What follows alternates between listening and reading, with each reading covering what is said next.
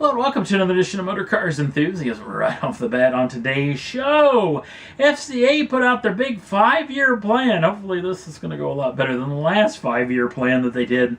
But it does look a lot more doable.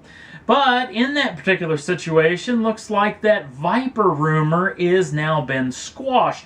The folks over at Automobile Magazine and Todd Loss had a nice little sit-down interview with Sergio Marchionne. And Marchionne, who's a type of fellow that loves to blab about stuff like this, said it just doesn't look like it's going to be in the cards to return the Viper to its former glory. And it's a situation that we may get to see another ending to this story as well, with Sergio Marchionne going to be stepping down as CEO of the FCA just in a year or so. So maybe the new CEO of FCA could be bringing more life to the Viper platform, which is maybe why we heard this particular rumor. Because listen, where there's smoke, there's fire. These rumors don't come out of nowhere. So apparently something was really going on, especially for a group like Car and Driver to talk about this. So we'll definitely keep you in tune if we hear more about this situation. But let's get on with some of the really cool stuff that FCA was showing off, including a pair of brand new Alfas. In fact, Alfa's going to bring back the 8C, which is going to be a lot more like the Alfa Romeo 4C, actually, as this vehicle makes a big change. A long grand touring car that was made before with a front engine rear wheel drive. Could have been an MR platform, being the engine might have been behind the front axle.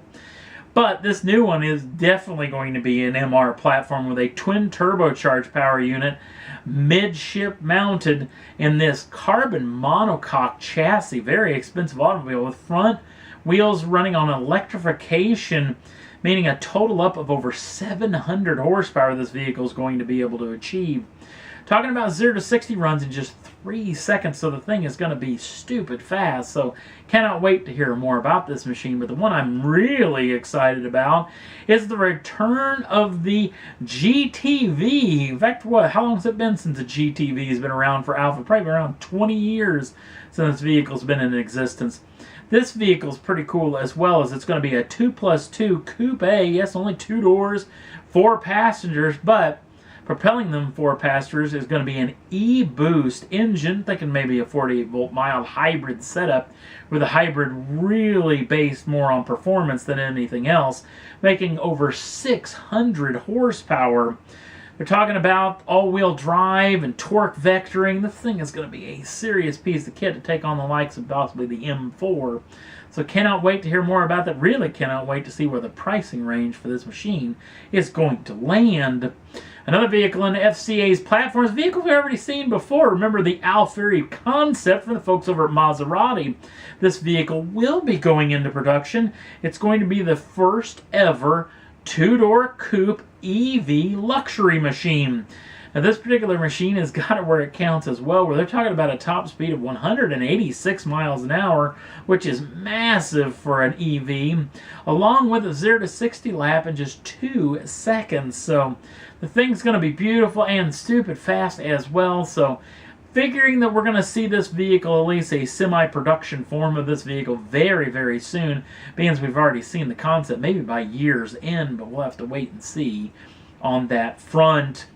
And last up on the list, if you haven't heard it by now, Matt LeBlanc will be leaving Top Gear after the next season. He's got one more season with Rory Reid and Chris Harris. I have to say, these three have done a magnificent job resurrecting the old Top Gear franchise, especially after the Chris Evans era, which I'm kind of looking at as somewhat of a palate cleanser for the BBC and for Top Gear fans everywhere.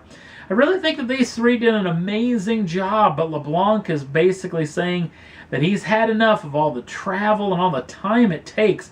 A lot of these cheap car challenges that they end up doing can take upwards of a month to actually film, so they're not cheap to do and very expensive on the time schedule for Mr. LeBlanc. Mr. LeBlanc's been a very, very successful boy over the past several years, with at least 2 or 3 other television projects that he's working on as we speak. And obviously, wanting to spend more time with family and friends is obviously high on the agenda.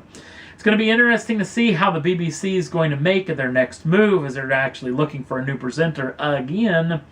There is a lot of talk that they're going to try to go that big celebrity route, but I think if they do, you're going to end up talking about this in another couple of 3 years, where you're going to have a situation where that person's going to want to spend more time with family and friends and want to step down. I think if this was my franchise, a person you could slide right in there depending on her duties at the Nürburgring and also her racing duties as well. Sabine Schmidt, she's ornery, she's feisty, and she is fun to watch. I think sliding her in between Chris Harris and Rory Reid, I think would be a perfect opportunity for the franchise to move forward. And I think it really would be excellent. The chemistry is already there, and I think it would work exceptionally well. But we'll have to wait and see what the BBC has up their sleeve. The next season of Top Gear is going to happen somewhere late this year, early next year. So we'll get one more year to enjoy these trio of fellas in this franchise one more time before Matt LeBlanc's leaving. So it's going to be a good next season, and cannot wait to see what the BBC may have up their sleeve for the season following. And that's all there was that I thought was worth talking about for this edition of Motor Cars Enthusiast. Don't forget to like us over on the Facebook page. Links down in the show notes. Also, if you'd like to subscribe to the channel, you can do so at any time and get the first dibs on the brand new shows as soon as they come out. Thanks for watching. We'll see you again real soon.